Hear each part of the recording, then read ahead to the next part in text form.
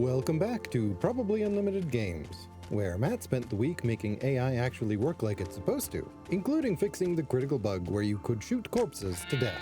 So, it seems like Matt fixed the problem with the NPCs despawning, so deer should no longer spot you, panic, and then just vanish into the void if they run far enough. Now if an animal sees you, it stays in the world until it loses sight of you and forgets about you after a grace period. You can still avoid spawning them entirely if you walk out of their spawn zone before they notice you, but once they're aware of your existence, they should stick around. Matt plans to change this to be based on whether the player can see them, rather than whether they remember the player. Otherwise, they might still despawn while you're hunting them if you haven't alerted them yet. He's still figuring out how to do that. Additionally, the AI spawner can now handle both spawning and despawning of animals and townfolk without issue, hopefully. The animals also shouldn't glide across the floor anymore when they spot the player. Before this, deer would occasionally do their best ice skating impression when transitioning between movement states, which was fun. Who wouldn't want to hunt ice skating deer? It should now be harder to get extremely close to animals without them noticing you. Previously, you could practically walk up and boop a deer on the nose before it registered your existence. Now, they can actually react at reasonable distances, like wild animals should. Also, you can no longer shoot corpses to make them die. Again. This was apparently a thing. Dead deer could be shot and would die again, and again, and again, replaying the death animation each time.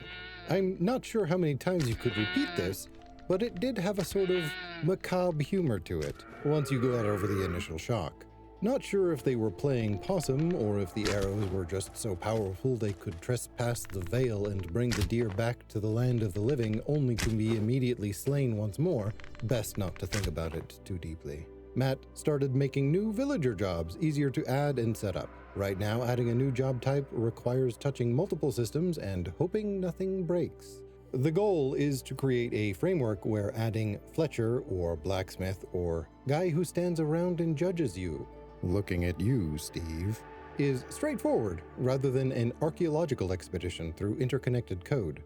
Not particularly flashy, but kind of essential for actually building out the town management systems without going insane. As for me, I continued my streak of absolutely nothing. Consistency! Steve and not Steve observed Matt's AI improvements with their characteristic stillness.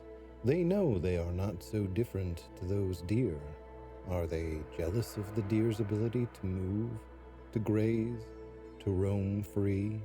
Or do they feel a sense of relief that they do not have to die digital deaths, only to be resurrected and slain again? Anyway, like and subscribe. We'll see you next week.